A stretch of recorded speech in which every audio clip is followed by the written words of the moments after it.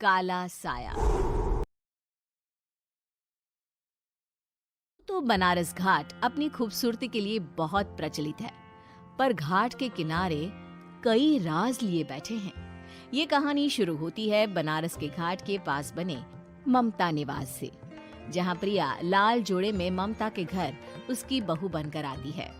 आओ आओ बहू, घर को अपने पैरों से पवित्र करो। ममता घर की दहलीज पार कर ही रही होती है कि अचानक एक बहुत गंदी सी बास पूरे घर में फैल जाती है।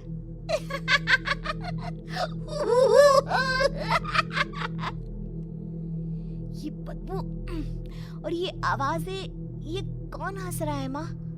अब ये पड़ोसी ना हमारे थोड़े अलग से है। कहाँ हम शाकाहारी और ये मांस मच्छी खाने वाले। छोड़, तू ध्यान मत दे और गृह प्रवेश कर। और हाँ बहू, अपनी सास की एक बात हमेशा याद रखना, इन पड़ोसियों से तो कभी बात नहीं करेगी। अच्छे लोग नहीं है ये। अपनी सास की ये बात मानेगी ना बेटा? हाँ माँ, जो आपकी मर्जी, मैं उनसे बात नहीं करूंगी। अगले दिन प्रिया अपनी पहली रसोई बनाने रसोई घर में जाती है। ये छोकी बात तो नाक में जा रही है। एक काम करती हूँ, खिड़की खोल देती हूँ। प्रिया खिड़की खोलने जाती है। इतने जाले, लगता है इस खिड़की को कभी खोला ही नहीं गया। पर ऐसा क्यों? ओह, नॉन वेज की स्मेल आती होगी ना। 2 मिनट के लिए खोल लेती हूँ, फिर बंद कर दूंगी।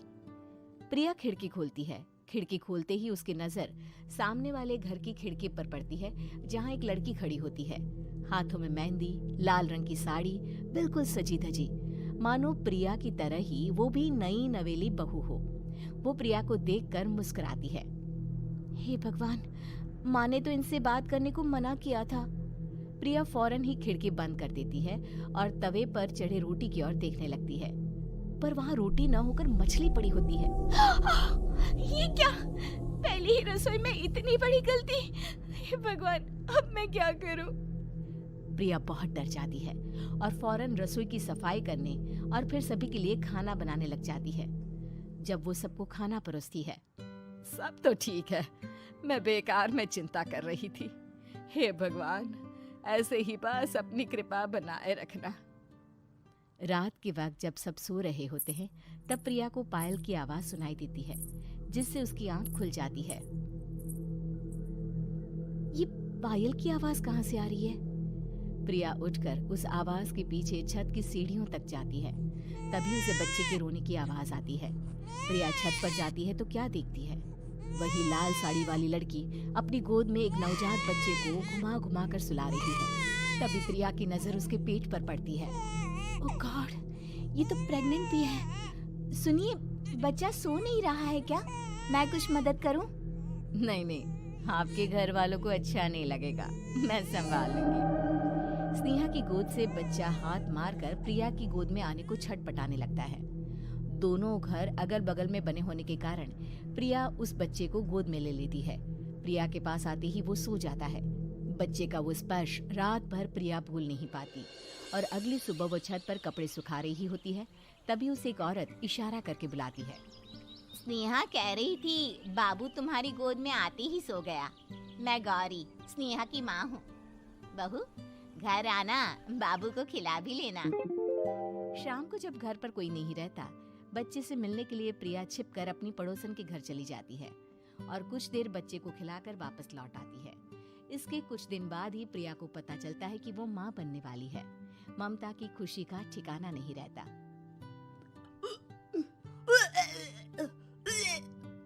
माँ जी, पता नहीं क्यों उल्टी आ रही है। प्रिया भागती हुई वॉशरूम में जाती है तो हरे और लाल रंग की उल्टी करती है। उस उल्टी में से कीड़े निकलते हैं। ये क्या? खून और ये कीड़े! माँ! माँ! प्रिया की आवाज सुनकर ममता दौड़ कर आती है, पर बेसिन में कुछ नहीं होता। प्रिया हक्की बक्की रह जाती है। ये सब क्या हो रहा है? प्रिया घबरा जाती है और अपने कमरे में जाकर सो जाती है। डर के कारण वो इतनी थक जाती है कि उसकी आंख लग जाती है। तब उसे ऐसा लगता है उसके पेट पर मानो कोई बैठा हुआ हो। कौन हो? प्रिया के पेट पर एक 5 महीने की बच्ची बैठी हुई थी, जो बुरी तरह जली हुई थी। माँ, तुम ही मुझे लाई ना अपने पेट में। मैं तुम्हारी माँ नहीं हूँ। कौन हो तुम? माँ, देखो मैं जल गई बुरी तरह से। 6 महीने पेट में रहने को भी मुझे नहीं मिला। सहला दो ना माँ। बचाओ, बचाओ, माँ। ममता दौड़कर कमरे में आती है। प्रिया की बातें सुनकर वो सब समझ जाती है। तू कहीं बगल वाले घर में तो नहीं जाकर आई ना बहू? मुझे माफ कर दो, मैं गई थी माँ। उस घर में सब मरे हुए हैं बहू। कई साल पहले स्नेहा उस घर में बहू बनकर आई थी। कुछ ही दिन में वो एक बच्चे को जन्म देने वाली थी। पूरा घर बच्चे के आने की खुशी में खोया था कि एक दिन अचानक उस घर में आग लग गई। सब बुरी तरह जलकर मर गए। गौरी आज भी दादी बनने का इंतजार कर रही है और इसीलिए स्नेहा ने अपना अजन्मा बच्चा तुम्हारी कोख में डाल दिया। ममता ये कह रही होती है कि पीछे से उसके पैरों को एक बच्चा पकड़ लेता है। दादी, दादी। माँ, स्नेहा की गोद में यही बच्चा था। ये बच्चा कौन है फिर? तेरी मौत है। तेरी भी दादी। जिस चीज का ममता को डर था वही हो गया। ममता ने